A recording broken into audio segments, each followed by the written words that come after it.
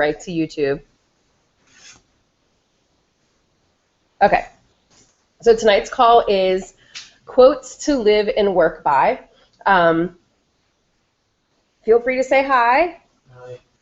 Well, husband says hi. That's Brad. I see Sarah. Sarah's the only one commenting so far, but that's okay. Thank you, Sarah. I know there's more of you. It says 12, so what's up, guys? I'll try to make it fast. I don't know if I can be as fast as intermission, but we'll see. So I picked, let's say, 12 of my favorite quotes. Good, babe? You want to turn around and say hi since you're right there? I swear. See, Ashley says it's intermission. No Webers. No Webers. Their calls tomorrow night. Brett only jumps on when I need his assistance. I did this by myself tonight. All right. So our first quote is, "Don't let someone else's opinion of you become your reality," and that was by Les Brown. So I picked that quote because so many of us out there, I think, are feeding into or off of what other people say or think about us, especially when it comes to social media. One of the big things about our business, and you don't even have to look at this from a business standpoint, but one of the big things is being authentic and being unique and being yourself. So not everybody's going to like you. I get it. Not everybody likes Jessica, and I'm totally fine with that. Shame on them for not liking me, but whatever. I'm not going to change myself because, I'm too loud for some people, or, I have a hard time maintaining my chain of thought sometimes, and I'm a little bit all over the place, but that's just me, and that's just how it works. Hey, Paula. Yay, Paula's on too. Paula Luca.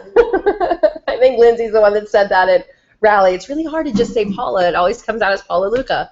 My mom was always like that. My mom's Betty Pretty, so everybody always just calls her Betty Pretty, never just Betty. All right, so don't let somebody else's opinion of you become your reality. If somebody thinks that, thinks badly about you or thinks something, it goes back to that self-fulfilling prophecy that I always swear I preach about. Don't live up to what other people, when it's a negative type of thing, don't live up to what other people are expecting or saying about you. The second one, it's never too late to be what you might have been, and that was by George Eliot. I love that. I love that because so many times we think to ourselves like, oh, it's too late. Like, it's too late to start that diet. It's too late to start that exercise program. It's too late to switch careers. It's too late to blah, blah, blah, blah, blah. So we constantly make these excuses about how it's too late to have that happen. And you start hearing that now, well, oh, I didn't get in on when the first year rolled around, so I don't know. I think it's too late. Get that out of your head. It's never too late to be what you might have been. If you have it set in the stars that you want to be that stay-at-home mom, or that you want to help other people, or you want to work from home, or whatever it might be, I know I'm all screwed up on here, so I apologize, guys, because it keeps popping up that the connection's slow. So if you're going to jump off, I totally get it. I'm just going to keep recording on Google Hangouts, so sorry. Okay. Never too late to be what you might have been. Right, that's where I was going. Number 3, great minds discuss. This is maybe my favorite. Great minds discuss ideas, average minds discuss events, and small minds discuss people. And that was Eleanor Roosevelt that said that. Great minds discuss ideas. So really think about this. When you're talking with your friends, with your family, or maybe not your family, but maybe not like your besties and stuff like that. But when you're out and about, when you're on Facebook, when you're on social media, whatever it might be, think about that quote. Great minds discuss ideas. Average minds discuss events, and small minds discuss people. I don't really think I need to really dive into that anymore. It's pretty self-explanatory right there. Don't be a great mind. Be a great mind and discuss ideas. My mom always told me when I was younger, don't complain about something unless you have a possible solution. So keep that in mind too. Don't just discuss that event. Don't just be average. Don't just discuss that problem. discuss an idea. Talk amongst yourselves. I know that we all sat around at the end of rally. There was a couple of us, maybe 5 or 6 of us, that were discussing some things that we think maybe could be done a little differently and maybe could have been done, could be done a little bit better. So we said, okay, well, let's sit down and let's brainstorm. And at first, I think I even said, like, oh my God, I feel like we're complaining and we're being negative Nellies. And Lindsay was like, no, we're sitting down and we're having a conversation and we're discussing some ideas. And that's exactly what happened. So great minds discuss ideas, average minds discuss events, and small minds discuss people. Don't be small-minded. All right, number 4. If you don't like something, change it.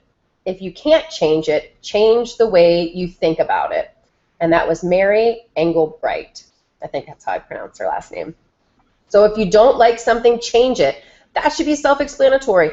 If you don't like your job, change it. If you don't like your living situation, change it. If you don't like your relationship, your marriage, whatever it might be, change it. If you can't, then change the way you think about it. All right? It's not, I mean, it sounds probably easier than it is to actually make that step. Right? I mean, I'm not going to lie. I mean, you guys have all heard my story. I hated my job. Like, I can't stress that enough. I will gladly get the rest of my family up here, one sleeping already, to come up and say, like, Mommy was a jerk when she worked there, or, you know, wife had some issues when she worked there. So what I did is I changed my situation.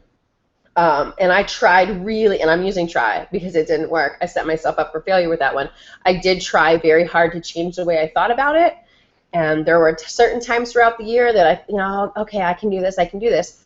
But that wasn't working, so I physically had to make that change, and that was the best change that I have ever made. Yay, thank you, Pink Zebra.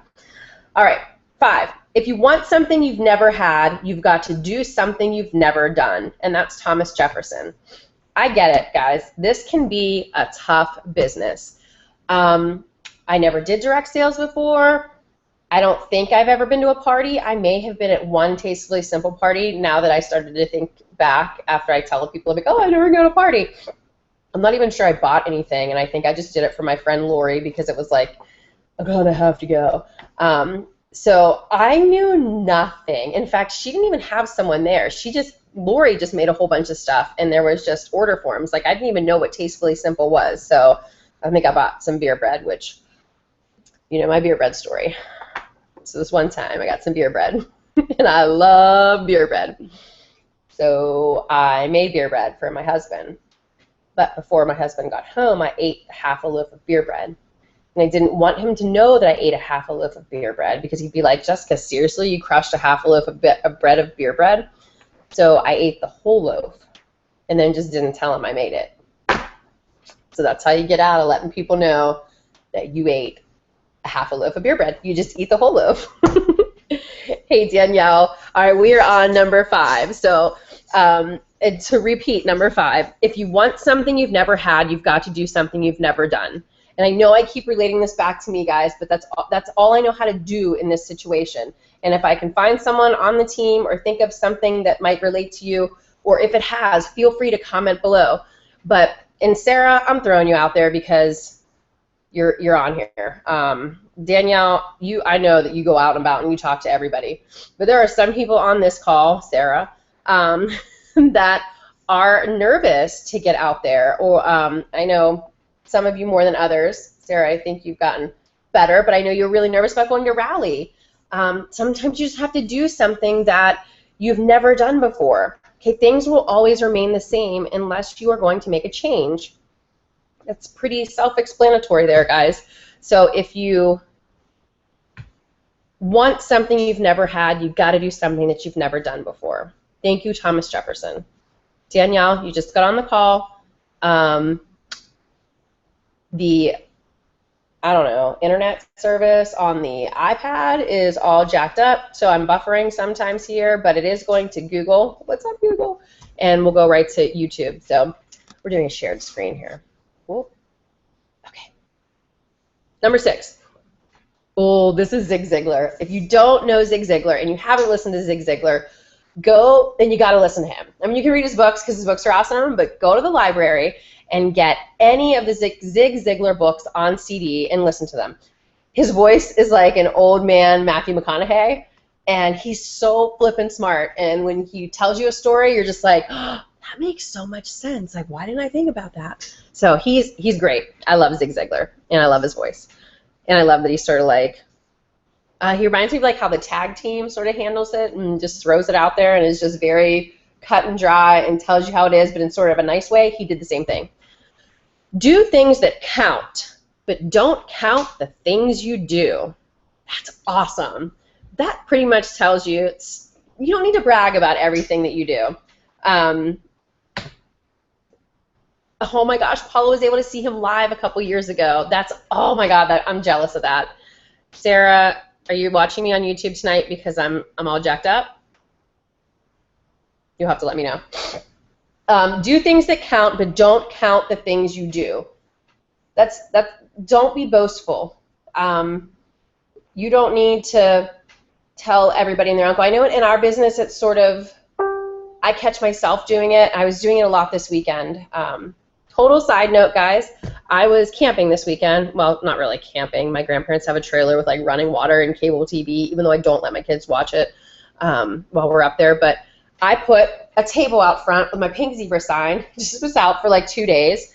And I sold $75 worth of not sprinkles, I'm sorry. They were, I put my soaks and my reed diffusers and stuff out because I'm up with a whole bunch of trailers.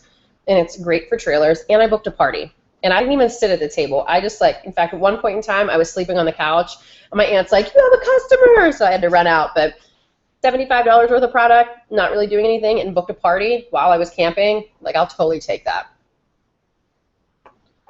Oh, yeah, Sarah, sorry. No, I was just sort of saying that not everybody's very comfortable with getting out there and talking to people, and sometimes you have to take that that step. You got to do something that you've never done before. That's where I was sort of throwing you under the bus. So it wasn't mean or anything. Do things that count, but don't count the things you do. I know I said it again, but I found myself this weekend almost telling my aunt okay, and this is how much money I make, and this is what's going to happen next, and blah blah blah blah. But I was doing it more of as a defense mechanism instead of I wasn't being boastful. I was doing it because sometimes I feel like people look at people in direct sales as if oh, when are you going to get a real job? Oh, that's cute. You're doing your little hobby thing. And at times that's when my defenses come up. And it's not being boastful, and I don't mean to do that. That's more of, like I said, just being defensive. But I'm sure we all know someone out there who loves to toot their own horn, and that's what Zig Ziglar is talking about. Do things that count. Help people. There's a lot of people out there that I'm sure, and I know people even on this call or on our team or not on our team, that go out of their way to help other people. You don't need to necessarily tell everybody oh, well, I helped Sarah today, and I helped Danielle, and I helped Paula, and I helped blah, blah, blah, blah, blah, blah, blah. People don't care. That's awesome. High five to you for doing that. And you should have done it because it felt good, not because you needed that positive reinforcement from other people to tell you oh, that's great that you're helping others. But people will know. Just go out there, be yourself, be open, and do things that count. But don't count the things that you do. Thank you, Zig Ziglar. Number 7, when writing the story of your life, don't let someone else hold the pen. That was an unknown quote. I use that a lot on one of my other pages that I have for people that might be interested in doing Pink Zebra. We all have a choice in life.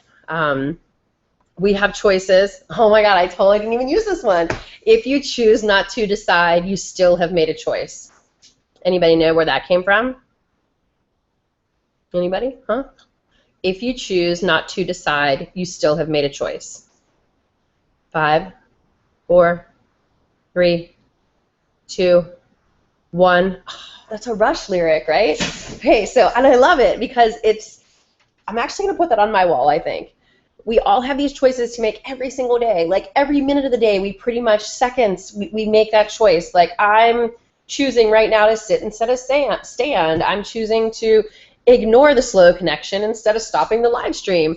But don't let somebody else make those choices for you.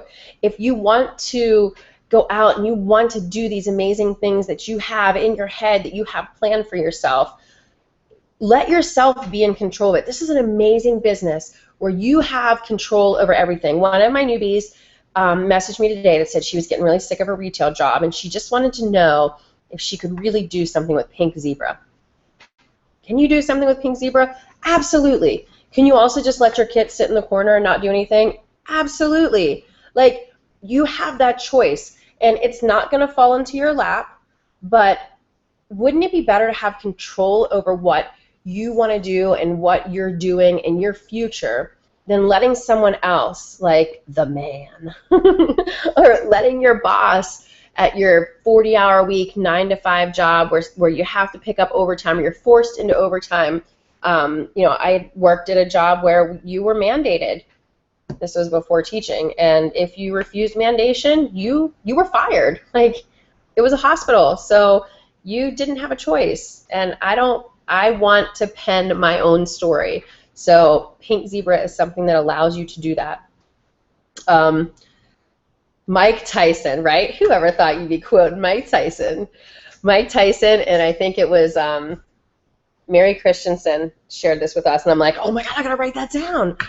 It has nothing to do with face tattoos, nothing about biting ears, but everyone has a plan until they get punched in the face. This is huge, and this is right, and I'm really big on making plans, and I've gotten better. I'm gonna use my 9-year-old who's at the bottom of the steps. I don't know if he's gonna hear me or not.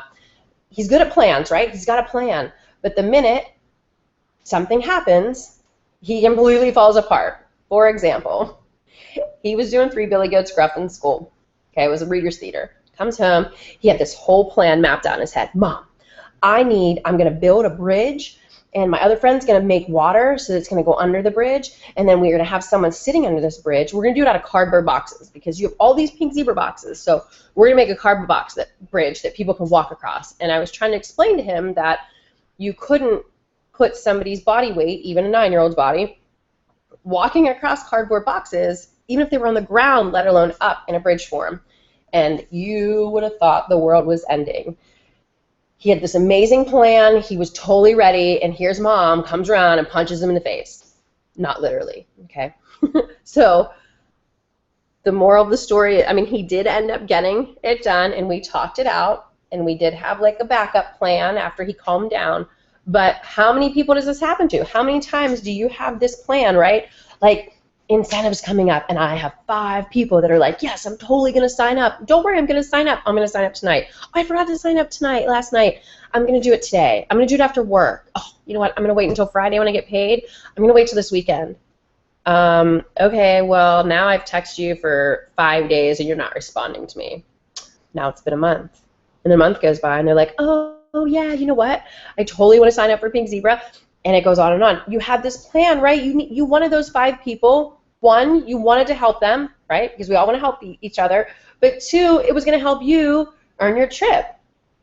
And so your plan, because you had it all planned out, you got punched in the face. So now you got to turn around and you got to figure out what else you can do. Revamp your plan. You don't want to change your goal. You don't want to change the final outcome. You want to change how you're going to get there. So have that plan, but be ready for something else in case you get punched in the face. Got it? Awesome. Number 9. There may be people that have more talent than you, but there's no excuse for anyone to work harder than you. And that was Derek Jeter. That's great. I'm bringing Jim up, right? We all know that Jim is a good talker. Jim Kessler, man, he can talk to anybody. He's just got this thing about him. He can go to strangers, and he can share Pink Zebra, and he can just be Jim. I can't be Jim. I have a hard time even pretending to be Jim. And sometimes I think it's so much better with strangers because they don't know who I am, so I can be anybody. I can be Jim Kessler if I wanted to. But it's a lot easier said than done. So I know that Jim has more talent than I do, especially when it comes to talking to people. But I bust my ass. And you can ask Jim, you can ask my husband, whomever it might be. I don't have that kind of gift where I can, oh, don't get me wrong, I can talk and talk and talk and talk and talk. But usually it's over people that I know or people that have already committed to Pink Zebra. So whether they're committed to signing up or whether they're warm leads. I'm good with that. Cold calls, cold leads, I struggle. So I just work extra hard on those other things. So there's no excuse for anyone to work harder than you. If you're struggling with something, then you do what you have to do to get past that, whether it's learning more on how to get past that particular thing and putting in the hours of practice, or maybe reading more, maybe taking some extra trainings, practicing. Did I say that? Did I say practicing again? Or like many times? Because you should be practicing.